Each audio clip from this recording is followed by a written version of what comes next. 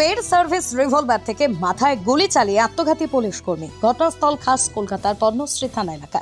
ইতিমধ্যেই দেহ উদ্ধার করে ময়নাতদন্তে পাঠিয়েছে পুলিশ। আত্মহত্যার কারণে রয়েছে ধোঁয়াশা। জানা গিয়েছে ওই পুলিশ কর্মীর নাম পুলক ব্যাপারী, বয়স ৩৫ বছর। কলকাতা পুলিশের ওভারলেস ব্রাঞ্চের কর্মী ছিলেন তিনি।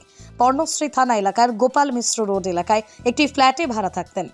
স্ত্রী থাকতেন সঙ্গে। মঙ্গলবার বাড়িতেই ছিলেন পুলিশ কর্মী। আচমকা গুলির শব্দ পান স্ত্রী।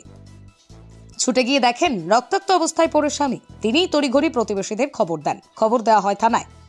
খবর পেয়ে পুলিশ গিয়ে দেহটি উদ্ধার করে। ইতিমধ্যেই পাঠানো হয়েছে ময়নাতদন্তের জন্য, কিন্তু কেন এই চরম সিদ্ধান্ত তা এখনো স্পষ্ট নয়।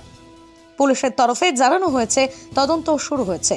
মৃতের স্ত্রী, সহকর্মী ও পরিজনদেরও জিজ্ঞাসাবাদ করা হবে। প্রসঙ্গত, এই প্রথম নয়, এর আগেও একই ঘটনা ঘটেছে বাংলায়। সার্ভিস রিভলভারের গুলিতে আত্মঘাতী হয়েছেন একাধিক পুলিশ কর্মী, জওয়ান।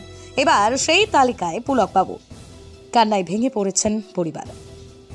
ব্যুরো রিপোর্ট, এখন খবর, কলকাতা।